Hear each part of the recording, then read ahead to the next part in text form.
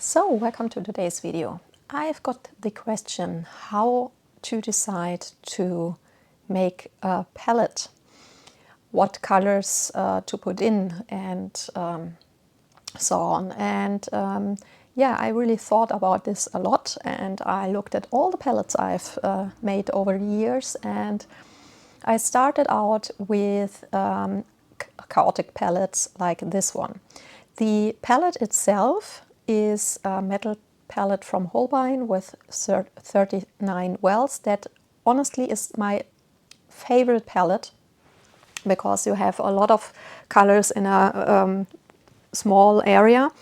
It's metal, so it's sturdy, and the thing is just yeah, the prices exploded over the years. I bought mine for 19 euros. Now you pay like 30 euros for that type of palette. They come in different sizes, but this is the one with the most wells.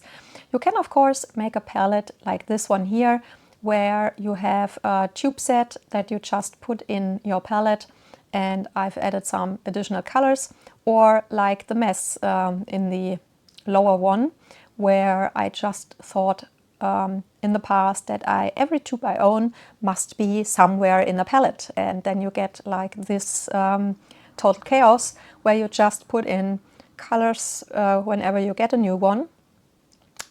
You never know in which palette the color you want to have is in.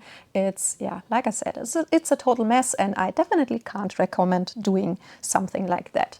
If you have only one tube set, for example, or you have a tube set that really works well for you, of course you could just put it in a palette and use it as the company offered it.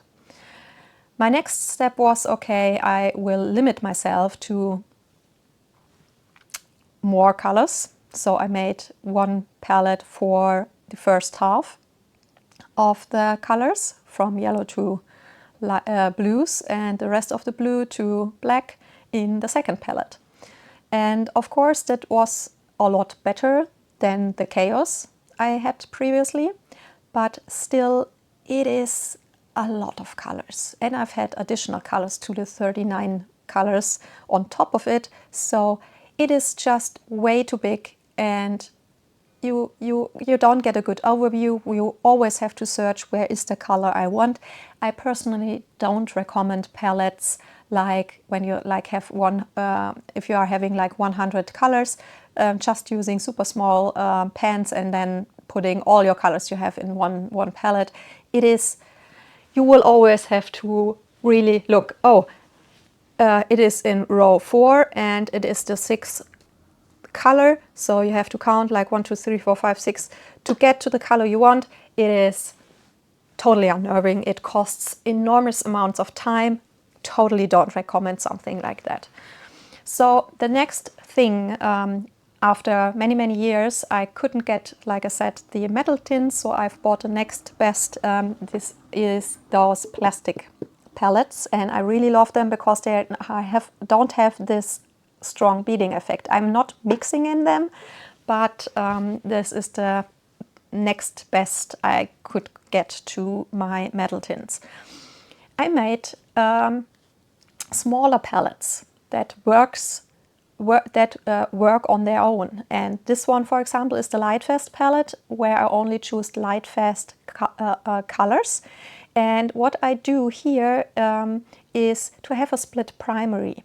That is something I highly recommend if you are not someone who says I'm never using that color family at all. And then I've made a non-Lightfast palette where I can use, for example, the colors that I gathered over the years that are non-Lightfast, that I would never use in artwork, that I sell, gift, or hang up my wall, but for some things like sketchbook art or adult coloring, where it is not important to have Lightfast colors, this is a palette I could use.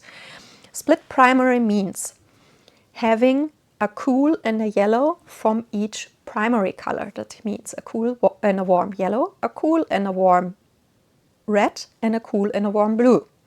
So even I had to substitute here, like for example, ultramarine blue, because I honestly don't have a lot of non-light fast blues. But like I said, those palettes totally work on their own. I don't have to choose an additional set to mix.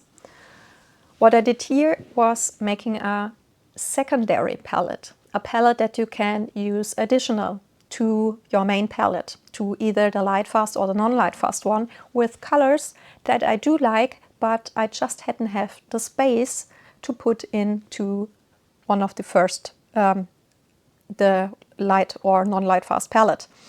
So here, for example, I do have a phthalo blue in it because I haven't one in the other palettes. I do have, for example, magentas, a really strong magenta in it. I do have a purple in it. I have other earth colors, turquoises, greens, stuff like that. It doesn't have to be the colors you like the most. I have, for example, a palette totally made of colors I absolutely not like at all, just to challenge myself sometimes.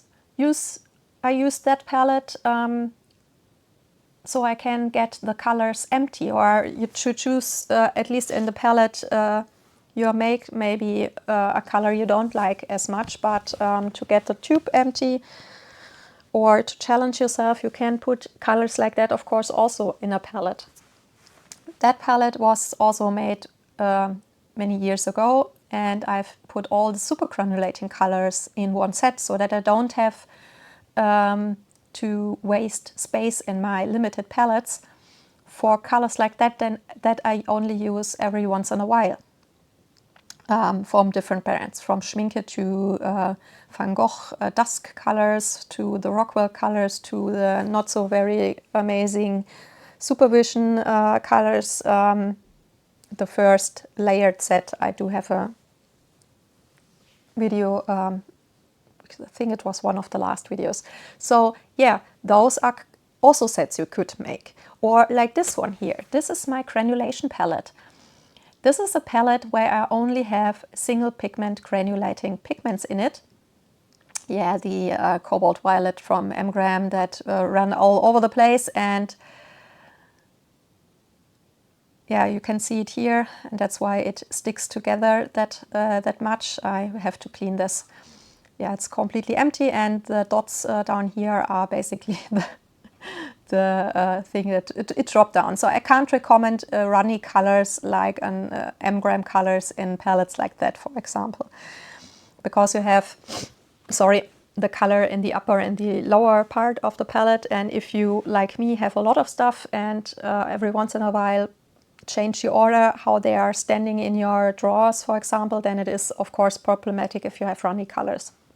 So yeah, that's depending on, but that's just a little experience I made. Of course, not every Mgram color is as runny, but the cobalt violet is really, really bad. At least mine is. So that is a color I try to use up because it's also not very strong and very has a very gummy and gooey feeling. So I don't like it a lot. That's why this is the cobalt violet I chose first to use up, because my others are better.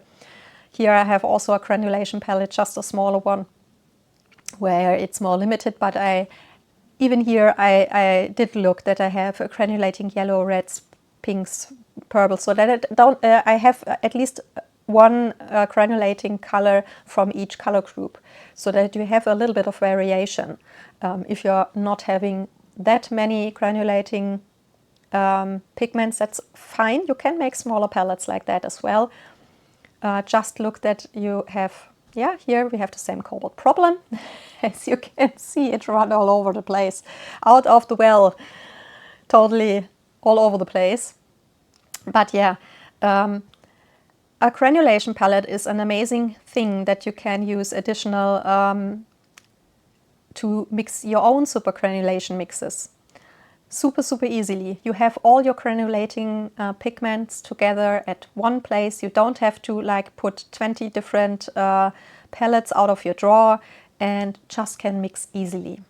So this here was a palette that was empty, and I still had it. So I thought, for this video, why not make a palette which works for me, with colors that I like, because honestly I don't have a palette so far, only with colors in it that I do like and work well for me.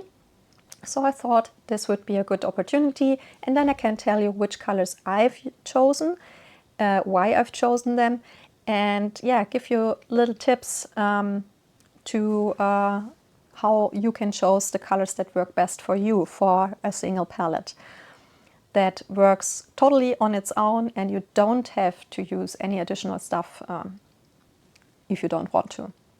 So like I said, after the Holbein palette, I like those the most. If you need links to those, just let me know in the comments, then I will provide you links to different shops where you can find those very easily. So they come in, of course, very different colors, so I think there will be a color for all of them. I have this in blue and pink, in metallic blue, metallic pink, and the silver, and it also is available in purple and black. So yeah, like I said, and in a very neonish pink as well. So there are a lot of different colors. So how to choose the colors for your palette? Of course, that is mainly depending on what are your preferences in colors. What colors do you like? Are there colors or color groups that you never use that are very important to you? For example, someone who paints portraits will have different needs of what colors to use than someone who are making botanical art. So that is, of course, something that is very important in your decision. I personally, if you are not saying that one color group you never use, can recommend starting with a split primary. Like I said, warm and cool, yellow, red and blue, and then fill up additional colors that you like and use a lot. This is a tool, it's called a pottery needle, that I highly recommend if you are having tube colors, because you can not only mix, if you have a little binder separation, the color in the well or in your pan, and like me, putting it a little bit more to the side so that it, for me personally, looks good. But also you can mix, if you have a very strong case of binder separation, you can put the pottery needle in your tube and mix the color and the binder in the tube, which is very important, because some pigments tend to make binder separations very strong, and then you are pressing and pressing and pressing, you're just getting the binder out, which of course is not good. So whenever you are pressing a tube and it only binder comes out, then I take the pottery needle, mix the color in the tube, and then reapply it to the well or the pan, and then mix it again in the pan, because you have this blob of binder there already. So the first color I've chosen is the Cadmium Lemon Yellow, PY35 from Rosa Gallery. I always like to have, like for my cool yellows, some kind of lemon yellow. I'm not really having favorites there. Every lemon yellow version will work for me, but I have a lot of cadmium yellows, so I have a box. If you are having like many tubes like I do, also I can recommend doing a box of tubes that you want to use up first, for example, and I'm have chosen for that always the smaller tubes, like 5 or 10 mLs. If I have, for example, 2 versions of the color from different brands, and I'm having one 5 ml tube and one 15 ml tube, I chose the smaller one first. And then I do look, is one version maybe mix and the other one is a single pigment color, then I prefer to use the mixes first so that they are gone, because I personally prefer the single pigment colors, just so that I can use up my stuff. Of course, you can do this differently. That's just how I do this. So the second color was called Indian Yellow, which is a PY 150. So it's basically a nickel azo yellow from White Nights. And for my warm yellows, I prefer having either a nickel azo yellow or some kind of quinacridone gold. I do know not every brand names their mixes that looks like a quinacridone gold, so that's why I say some kind of, because if it's called quinacridone gold or it just looks like, and use, for example, instead of a PO48 PR209, which some brands do, which is a quinacridone red, that's also fine for me. Just some kind of this yellow I prefer. It would also be okay to use a PY129 for me, which is a green gold, which is also a complete transparent one, and you can create with the right pigments a quinacridone gold with that as well. A color that looks at least like it, but it is a little bit harder than with a PY150. So one kind of those colors I do want in my palette always, because those are my most used yellows, and that is something I can't live without. So that's why for my warm yellow I chose this. Then I have the Jaune Brilliant number 2 from Holbein, which is a mix of PO20, which is a cadmium orange, and a PW6, a white. That is of course a color probably a lot of you wouldn't choose. I do mainly color people, and I do them in a manga anime style. So this is for me my most used skin color. So that's why I do like to have it in my palette, because it is something I use tons of, and because I'm a little bit mixing lazy, colors I really use a lot, it's easier to have them pre-made in your palette. That's why I say I can't say put these colors into your palette and it will work for you. It is always, of course, a decision of your personal taste, preferences, and your needs. So yeah, I can just say what to look out for and how to decide for yourself which colors are working well for you.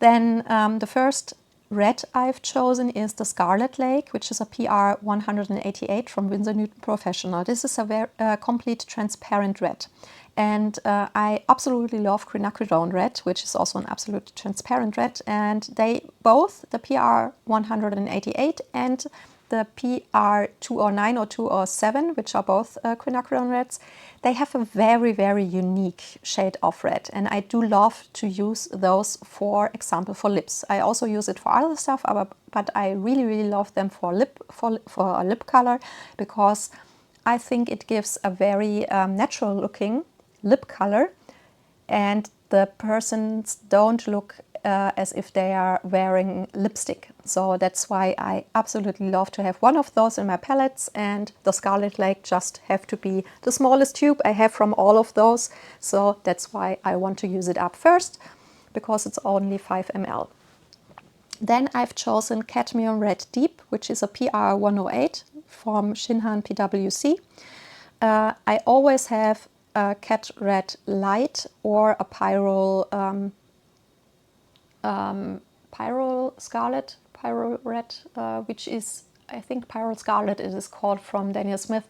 It is a PR 255, which is basically the pigment that is most used to make a hue, a cadmium red hue.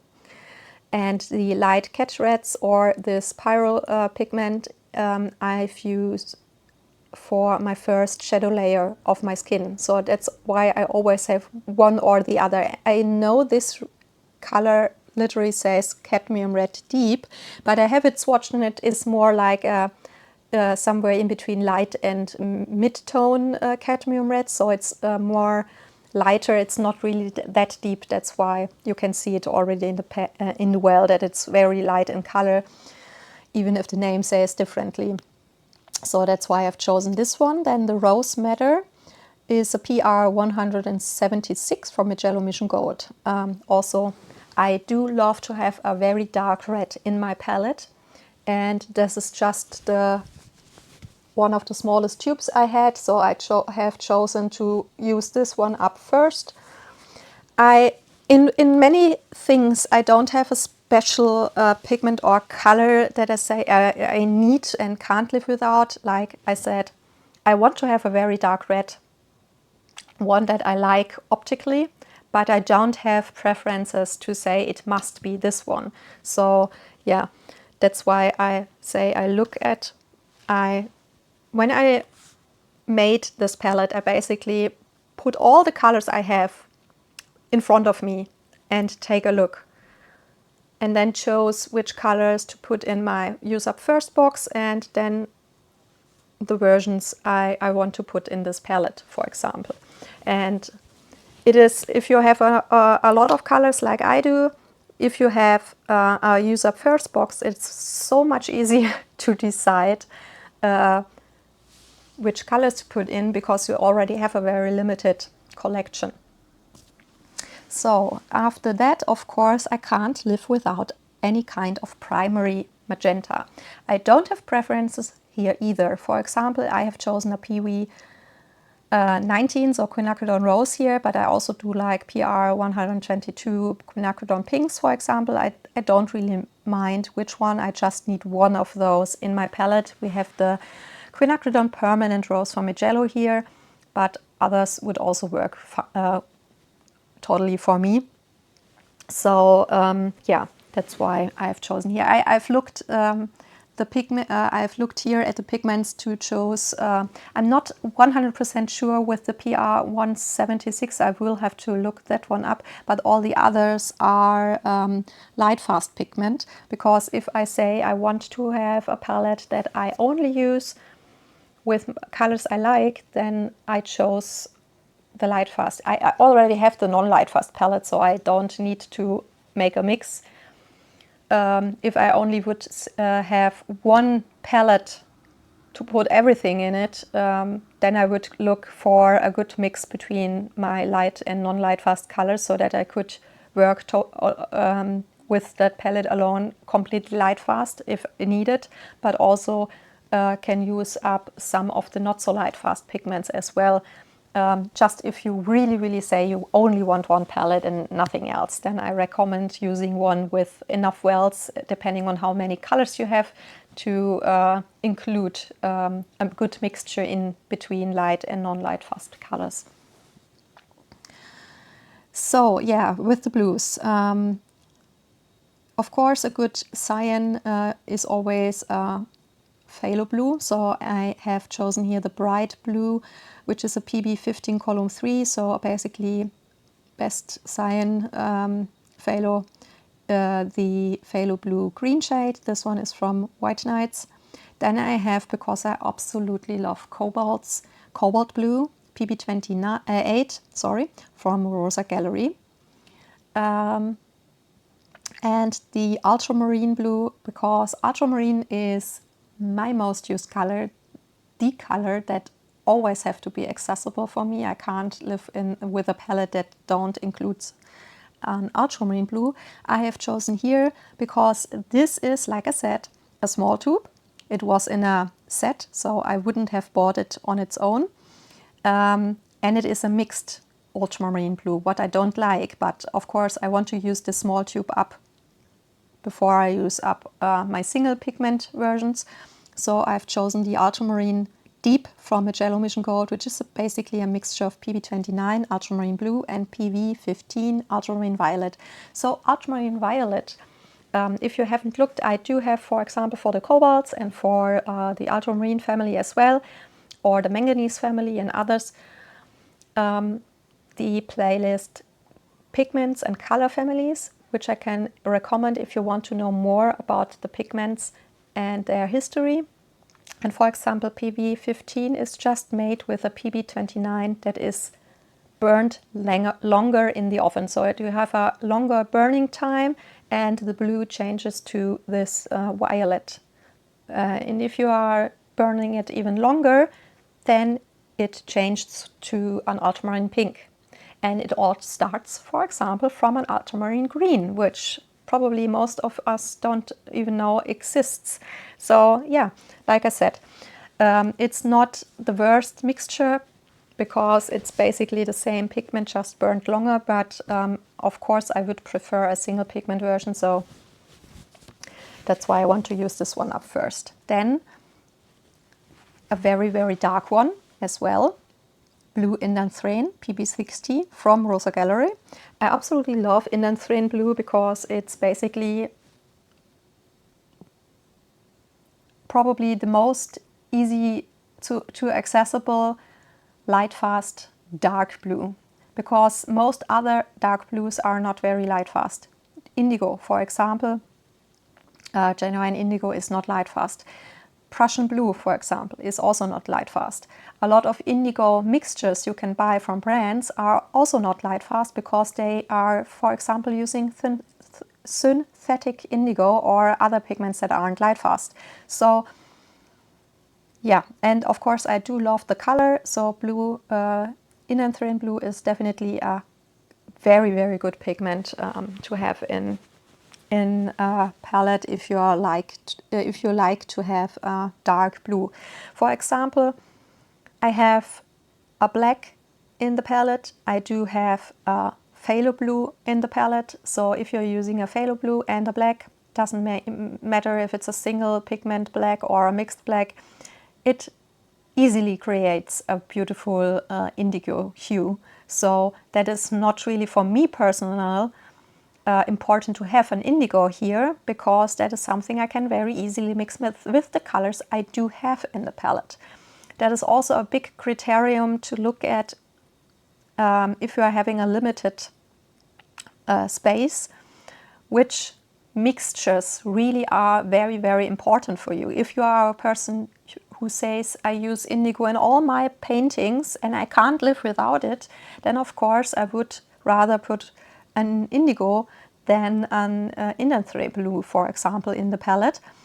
But if it's something that, like you only use every once in a while, then it's something that rather stays out of the palette. And of course, always single pigment colors are preferred to mixed colors, because with a lot of the single pigment colors, you could easily recreate those mixes or similar colors. So you have much more possibilities with the single pigment colors, of course.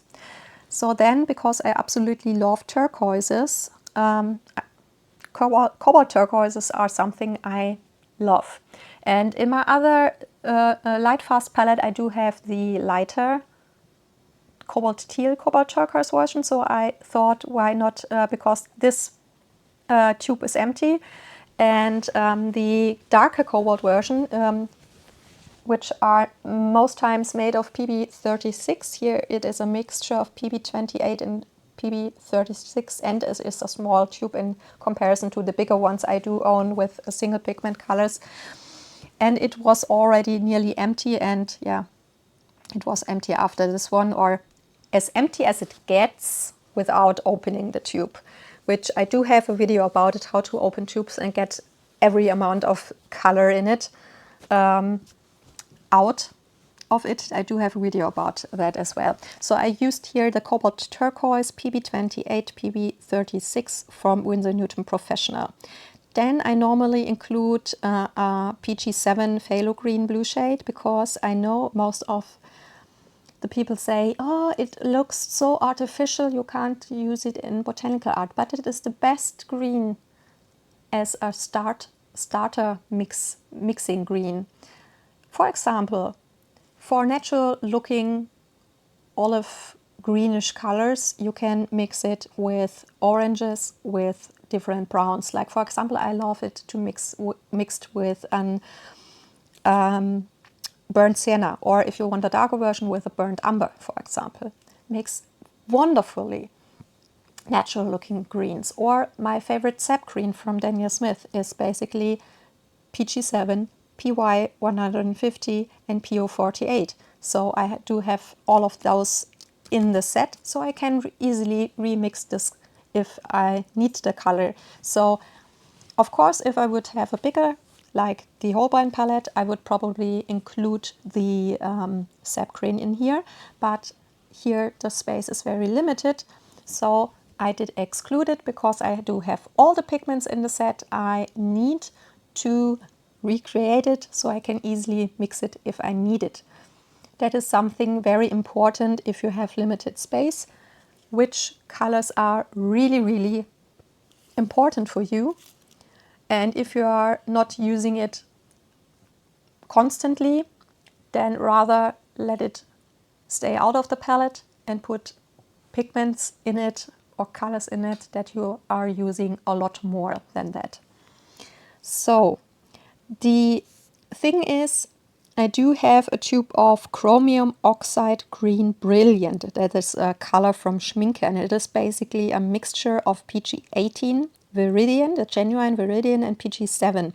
And I have this color for years and I basically never use it because I prefer, of course, to have either a phthalo green single pigment or a Viridian single pigment color. So that's why I decided to use this finally up, and instead of a PG7 or a Viridian, I put this color in. But basically every color I now mentioned mixed with phthalo green, you can easily mix with this color as well. I wouldn't recommend buying the color, and I wouldn't buy it after I emptied it out, but I decided to finally say I want to empty this version, so that's why I've chosen it for my green in here. Then, of course, I can't live without an ochre color. I'm not picky. Every ochre color will do for me. I do, of course, have a little bit preferences. What I don't like this very dark, very opaque ochres. I like more yellow ochres or gold ochres more, but I'm not super picky, and I've decided to use this version here up first because it's not a single pigment, it's a mixture again, and it's a small tube, so it's from the Mijello set again. I wanted it gone first, so I've chosen these yellow ochre number 1, which is a mixture of PY42 synthetic yellow iron oxide and PY150 nickel azo yellow. A lot of companies do that they include some kind of yellow to make a yellow ochre if they just buy one ochre color and not want to buy another ochre pigment, then just adding some yellow in it. So this, then I have, of course, like I said, I can't live without a burnt sienna. This version here is from Phoenix. It's a PR101 version, so basically a synthetic transparent red iron oxide version. I don't, in the past I only wanted to have PBR7 versions. I now do also love the PR101 version, so I don't matter which one. I just chosen this version to use up first because it's A, a smaller tube, and B, it's more like a student grade version. So I try to use up my student grade versions first in comparison to my artist grade, for example. The burnt umber here sadly is also a mixture, and it's also from Phoenix. That's why I've chosen to use this one up, because the burnt umber I had prior to that is already used up. It's a PBR7 PY42 mix, so natural brown iron oxide and synthetic yellow iron oxide. And often these mixtures use very opaque yellow iron oxides, and that makes the burnt umber very opaque and gets a shade that I don't like as much. That's why I want to use this one up first before using the versions I like more. Then I absolutely love Caput Mortems and colors that maybe are different titled, but looks getting those looks like a Caput Mortem. And if you've seen my tube collection video with the earth colors, then you have seen that I have tons of Caput Mortem like colors. And sadly, this is a color that often I don't have space in limited palettes. That's why I absolutely wanted to include it here. This is because it is the smallest tube I have, a Sennelier PR101 version. I have included it here. And then the neutral tint, because I want to use up the M-Gram colors I have. I don't have a lot, like 5 or so.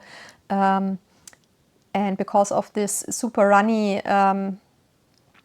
thing, it is just not as practical for me I do like the quality, with the exception of the Cobalt Violet. That is really not good version. Too much binder in that and too less pigment. But the other Emgram colors I do own are less runny, and the quality is really good. But like I said, yeah, because I always switch positions with my palettes. If something new comes into my collection, then I don't remember that there is the Emgram color in it, and then I put it upside down and then it runs all over the place. It's just not that usable for me. That's why I wanted to use them up first. Neutral tint personal for me is if you are putting all blacks and gray colors in one box.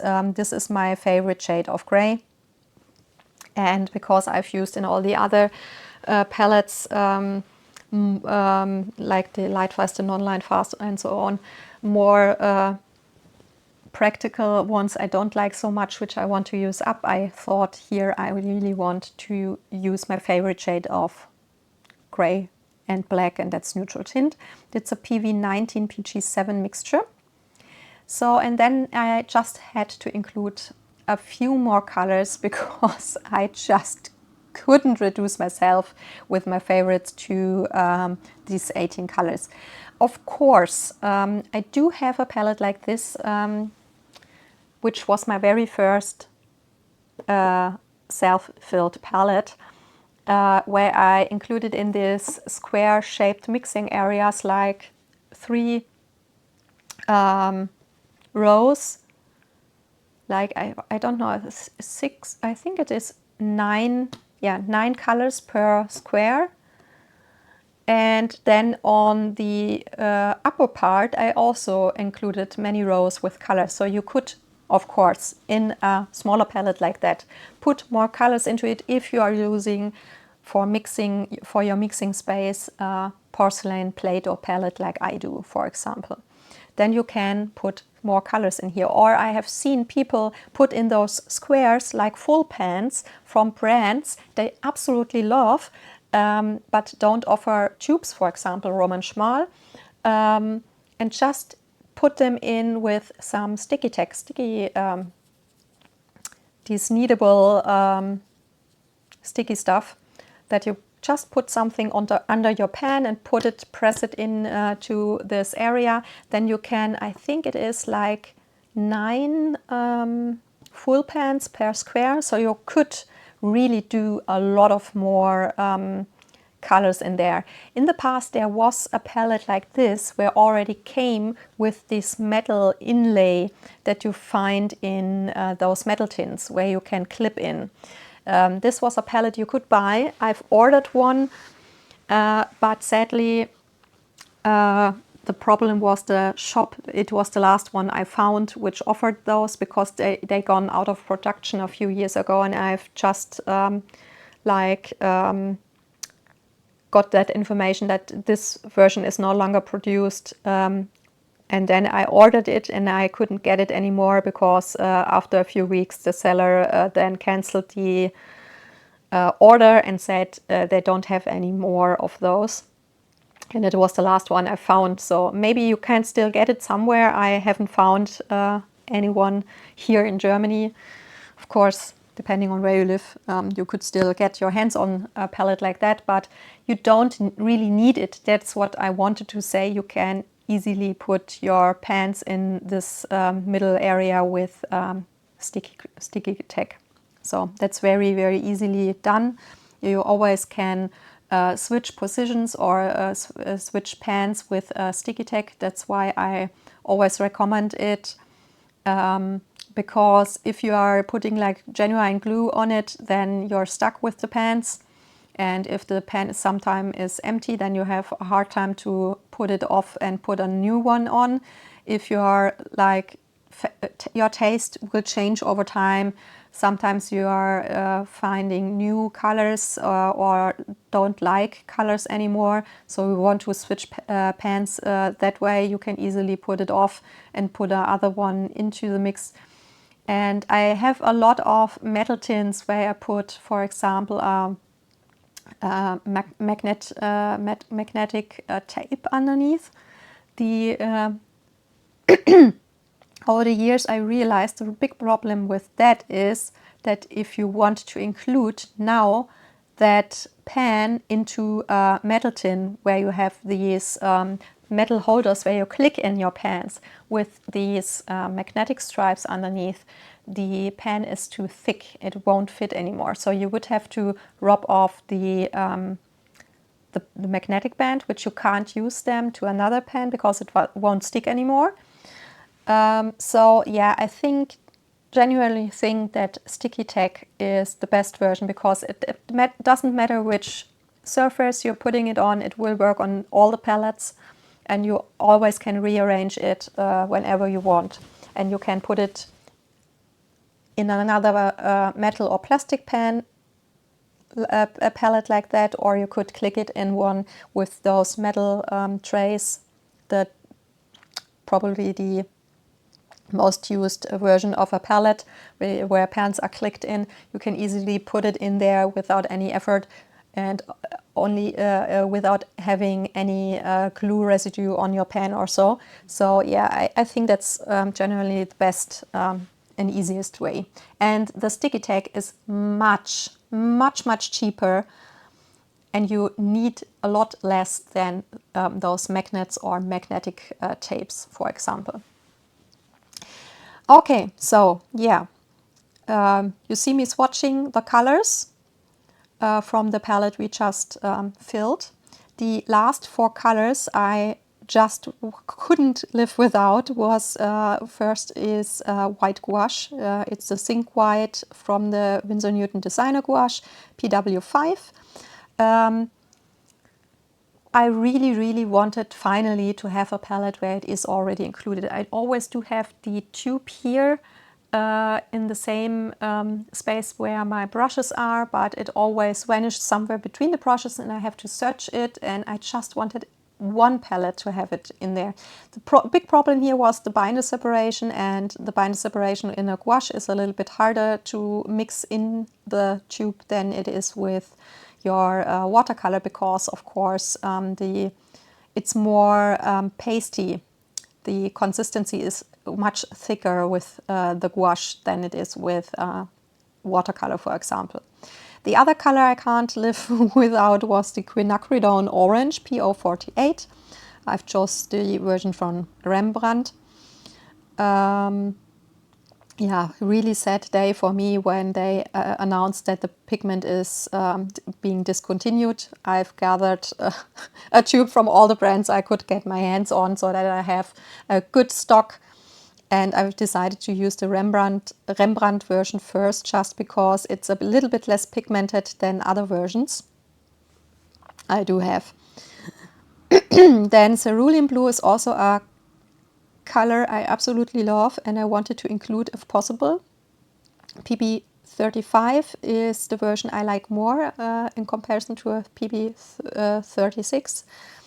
I have here the White Nights version because I want to use this tube up first, because the White Nights version is, in my opinion, the worst cerulean blue I've ever tried. The tube version is better than the pan version. The pan version is absolute disaster in my personal opinion.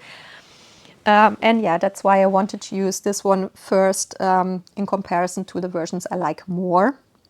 And I really wanted, because that is always something that also falls out of my palette because of space, I have a red brown in this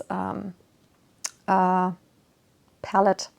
I absolutely love, for example, PBR 25s. You have seen this in my tube collection earth color video, because I have a lot of PBR 25s. Here I've chosen the brown madder. When it was announced that P048 is being discontinued, also they discontinued the PR206, which is Quinacridone Maroon. This is a pigment that comes in red and a brown version. The brown version is this beautiful red brown. And when I heard that it is being discontinued, then, like I said, also I tried to get my hands on all the different brands that offered it. But this this brown matter I ordered directly when I heard that the pigment was being discontinued. They already changed the pigment. So this one is not a PR206, it's a PR179 from Winsor Newton Professional. I did get my hands later on a used tube of PR206, but this is a 37 milliliters tube from Winsor Newton, so it's a really, really big tube. That's why, and I can, of course, the new version buy very easily because it's still available. I thought I want to use this up before I use the PR 206 versions. So yeah, that's why. But like I said, the reddish browns always are colors that in very limited palettes that I sadly have to decide against. And because I really don't use the mixing area here, I thought, okay, at least 3 or 4 additional colors is okay to put in, because I will never use the mixing area, so why not? That's why I thought include a few colors I really, really like and always wanted to have in a smaller palette like that. So yeah, these are all the colors I have chosen for my palette, which will work probably amazingly for me. The question, of course, now is how to decide for yourself.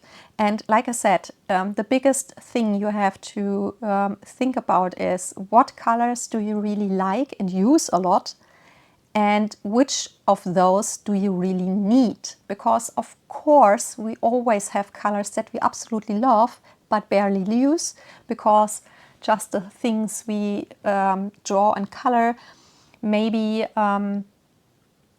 we don't have a lot of use of those colors. So even if you are liking the colors a lot, but if you are using it like once in 3 or 4 months, then that won't be a color I would recommend putting in a limited palette like that. Like I said, if you don't have color groups that you say you would never use, a split primary is always a good way to start, and then look what additional colors to choose. Do you need oranges or purples or greens in it? And if yes, which versions do you need? Which earth colors or neutrals are you liking and using a lot? And then choose from those which one to include. Of course, like I said, always I would prefer, if you are having limited space, the single pigment colors to the mixed color. Like I said, I do absolutely love the sap green version from Daniel Smith. I didn't include it here because I don't have a lot of space, and I didn't want it to add massive amount of colors in this set additional to the 18 wells. So I decided against this mixed color because I do have all the single pigment colors in here. I can mix the color myself. It is not that hard to mix either. So yeah, of course, like I said, with the indigo example, if there are mixed colors that you just can't live without, that you use in every or nearly every painting you are doing, then of course that would be a mixed color that I would say include it, because it will save you an enormous amount of time if you're using it that much, if you don't have to mix it all the time. So yeah, like I said, it's basically what needs and preferences and favorites do you have. Of course, I, for example, have a palette completely made out of colors I hate. All the browns, all the yellows, all the reds and stuff I don't like, or like it the least, put into one palette. And sometimes when I really want to challenge myself, I say I'm drawing or coloring something only with that palette. You are free with, that's the biggest plus we have with tubes, that with one tube you can make multiple palettes. Whereas you, of course, with pans, don't have that freedom, because if you want to have, for example, an ultramarine in 3 different palettes and you're only using pans, then you have to buy the color 3 times or to move it all the time, which is annoying. So that's why I always recommend buying tubes versus pans. It's not only cheaper, the price per milliliter is cheaper the bigger the tube is, and tubes are always cheaper in price per milliliter than half pans or full pans. But it gives you also so much more freedom. The biggest thing that you have to think about is, what kind of palettes do you want? Do you really want to limit yourself to one palette? Then I would do something like the one I've created now live with you, or not live, but in this video for you, where you choose the colors that are most important for you, for your artworks you are doing, for the kind of theme you are drawing and coloring, and for for your personal style and how you work works the best. But if you are saying you don't want to limit yourself in one palette, then I can't recommend doing like themed palettes, like for example a portrait palette, a botanical palette, or like I do, a light fast palette, a non-light fast palette, a granulation palette, a secondary palette, or like here a favorites palette, where you put all your favorites and most used, where you say, okay, that is probably my most used palette, then I use this one.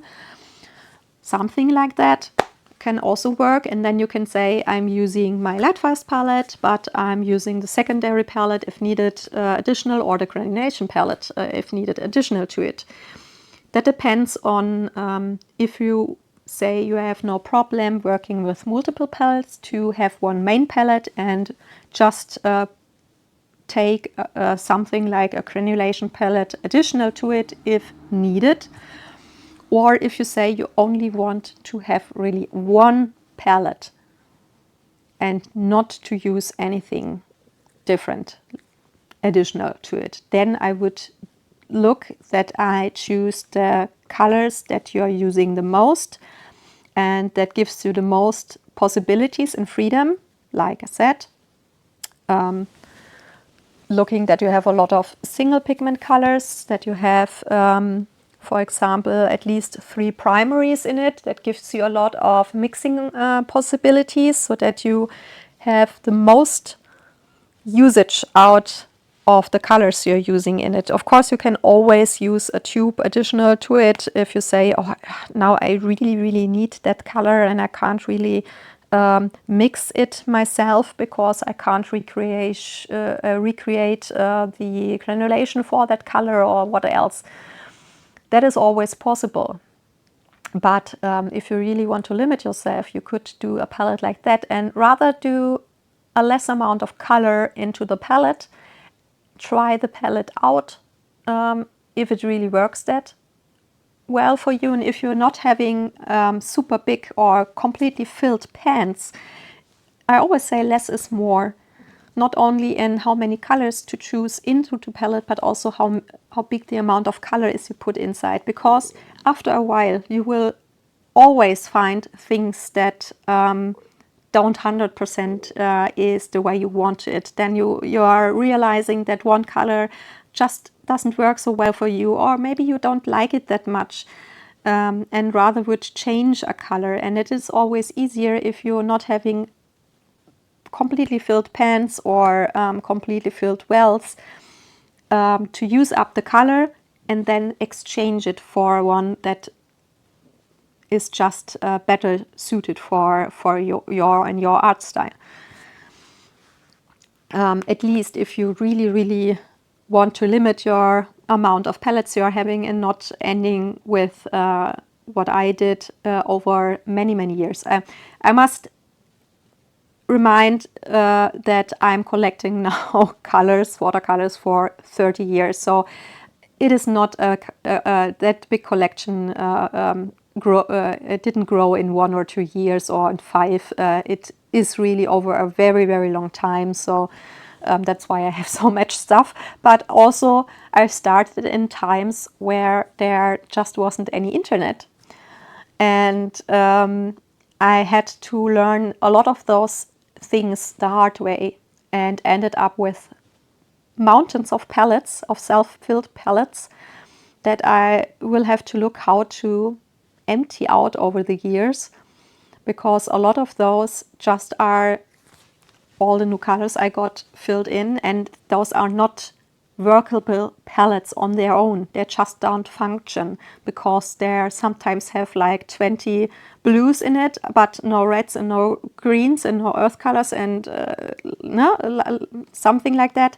So yeah, don't make those mistakes yourself. That's why I thought instead of answering that question, which probably not a lot of people read then or even see, it is easier to make a video where I can really explain in detail what is important to what keep in mind before filling a palette, before you end up, like I said, with a mountain of palettes that you barely use like I did, or are just not functioning on their own, and you are ending up sitting at your desk with like 5 different palettes, just that you can really do art because the colors you are needing are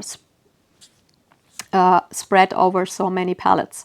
So yeah, that's basically that what I can say from my experience, what is in my opinion the best way to fill a palette. The most important points to think about are, like I said, what do you like? How do you work? Which colors do you like? And which of those really do you use a lot? And which colors are more practical to have in a palette? For example, is it more practical to have rather 3 single pigment colors in your set than 3 mixed colors that will limit your possibilities? And yeah, I thought filling at least one palette here and showing all the colors I have chosen so that you have maybe a little bit of a reference that could work for you as well. Of course, then you look at that and say, oh, I'm using rather an indigo, like an Indanthrene blue, and just exchange that. But so that you have at least an idea how I do it and what maybe you can, how to fill your palette with the colors you prefer, so that you just have one example palette that maybe help also a little bit. And I really, really hope that that video here, as long as it is, was interesting and very helpful for you. As always, a thumbs up or a follow is highly appreciated because it really helps me in the channel so much. So thank you so, so much for that. And yeah, I really hope you have a wonderful day. And to see you soon in one of my other videos. Thank you so much for watching. Bye bye and take good care of yourself. So one thing I totally forgot, and that is brands. I sometimes was asked if I do my palettes or if I would recommend palettes only using one brand, and the answer to that is definitely a no. I personally recommend buying whatever brand first is available to you at a good price, and second, every brand has colors that they do very good or very bad in comparison to other brands. And that is why I personally recommend just taking a look at which color from which brand you like the most and buying those. And yeah, why should you use the color from one brand just because you use some other colors from that brand, but though this particular color just is for you not good, or it feels terrible to work with. Like I said, especially the pan version of the cerulean blue from White Nights, I absolutely can't stand. So I wouldn't buy it as a single pan, or if I have the option to buy another brand as a tube, I totally would go for another brand. I do have it because it was in a set, but I would never buy it on its own. Sorry, just because it's cheaper than other brands. Then I would rather buy something that is a little bit more expensive, but from the quality or the painting properties just fits my personal taste a lot more. So my personal recommendation, as you have seen in the palette I have created here, is definitely to use whatever brands you are having, liking, and so what else. Don't look at brands to say I will make now a palette just with Schminke colors or Daniel Smith colors or so. Just create a palette with colors, not really looking at the brand per se. You can see it in I have a total mixture of brands. I'm just looking at the color and from what brand I do have it, which ones I want to use up first. Those I take first and then go on to the ones I do like more. If I ever run out of one color, I would rather buy versions I do like and stay away from the ones I didn't like so much. So yeah, that's a very important thing with the palettes. I think the colors itself are more important than the brands per se. And why should it matter if you have a palette mixed with mixed brands? That probably works a lot more because you have a lot more variation and a much bigger range to choose from colors than to limit yourself to one or two brands just because you feel like you have to do or someone else said so. Choose whatever brand tastes works with your style and your taste, and of course always look which brands are good available for a good price at your place. So yeah, that's it. Thanks so much and bye bye.